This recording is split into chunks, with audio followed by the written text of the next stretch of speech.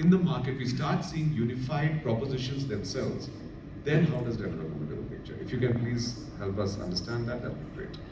Yeah, so Denero, first let me quickly talk about Denero's value proposition, and then how it's little slightly different from the new propositions that are coming to market. Yeah. How we're going to complement them. So when it comes to Denero Data Fabric, how we do that is, while there are a lot of important features mentioned by Gartners and others, there are some key factors like how agile it is, how secure it is, how ease of use it is, and things like that. So when it comes to creating a data fabric by using a virtualization engine or a metadata engine like Denero, it is going to complement to the physical architecture. Probably it will be whatever ETL, data warehouse, etc. they have, and this is going to be an extension to that. Now, so that's the data fabric. And then second is how easily it can connect to various data sources, and then how easy it is able to publish to the consumers, to the different kinds of consumers, like in whatever format they want to consume. So that's story and central data model. That's the data fabric we're talking about. Then comes the data mesh. So now you have a fantastic fabric in place. It can connect to any data source and talk. But now that's the entire centralized kind of story. Now if you're putting a data mesh kind of an architecture on top of it, there again for each project you have to copy some data into a separate thing and then you have to manage. So there this virtualization layer is really useful because you need not copy data when it's 2x, 3x kind of data mesh creation. So that is one area. Now coming to the AI part. AI part again, there are three important things when you're talking about AI in this space.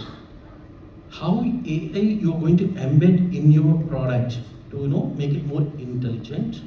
That is under the hood. Second is there are AI features which you are going to add on top of your product, which makes consumer use easy.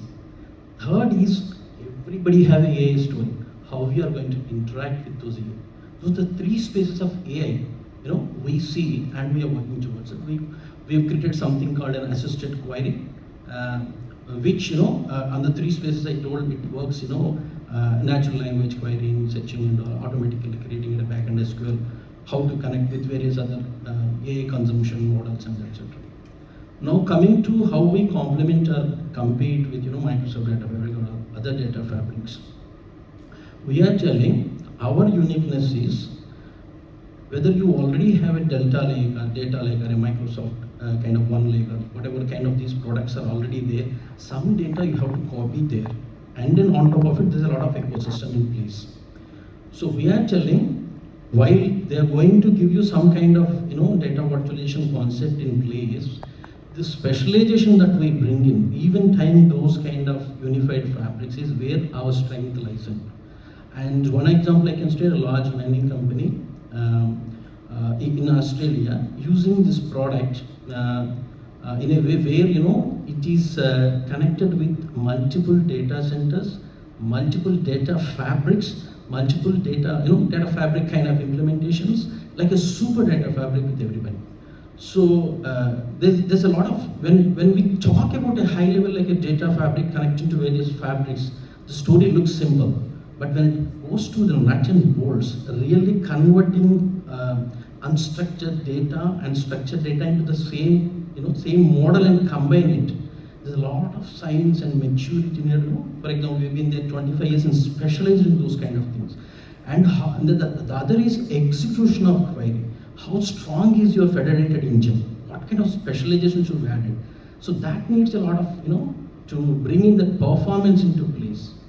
So there are a lot of spaces which when we get into very deep, comparison, a lot of spaces we can add value, some places others can add value. So we have to see how we can play a complementary role with them. So please correct me, I mean, if I say this, is this right or wrong? So let's say, for example, if an enterprise has disparate systems which for whatever reason, they cannot standardize or they cannot modernize onto one single platform, or that's just not possible. Denero will play a very strong role in that situation because they will bring about a virtual fabric layer and then have multiple use cases. But if it's an organization which has taken a call that, you know what, whatever we have legacy, we're just going to set it aside and create everything grounds up and so on. There, because they would already have designed, that mesh or fabric in their mind in the new architecture.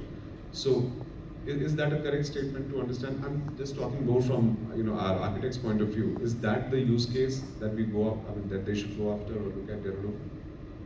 No, not keeping things aside. There are two things. One is you want to integrate all your existing stuff and then have a super fabric, or you're trying to modernize. You're going to add a cloud or something else into your infrastructure, and then you're trying to modernize. Correct. You bring more, for example, you're in Teradata, you're trying to bring in a cloud-based data warehouse or something else. Yeah. So either you're modernizing all your story and bringing new platforms, or connecting both. Let me make it even simpler. So let's say, for example, an enterprise has 50 data warehouses today. 50 data warehouses today, different departments and so on. We have seen more than 100 also, so 50 is actually a low number. And one option is for them is, okay, fine, these 50 data warehouses were created in the last 5-6 years on best of breed technologies. We don't want to touch it right now. Let's create a virtual layer on top of it. That's one way. Other is, somebody comes in and takes a call that no, we have to standardize on one single tech stack. So in the first situation, Denver plays a very important role the way I see it. In the second situation, if they're standardizing, that's what I'm trying to figure out. Is there a use case there, or is it like maybe not? There is a use case. When you're trying to, the moment you say you're trying to modernize everything to one single story, there's a lot of migration in place. Correct. So the moment there is a migration, we tell into two things.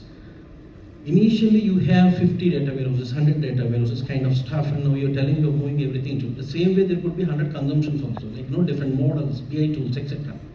Now, if you're having a layer in place before you start migration and you configure everything to this, the whole migration, if it is delaying, still, because you have a single layer, which data is there, there's no impact on reporting. And post, in case if you want to roll back, then because your story is already connected with the layer, that can take care of.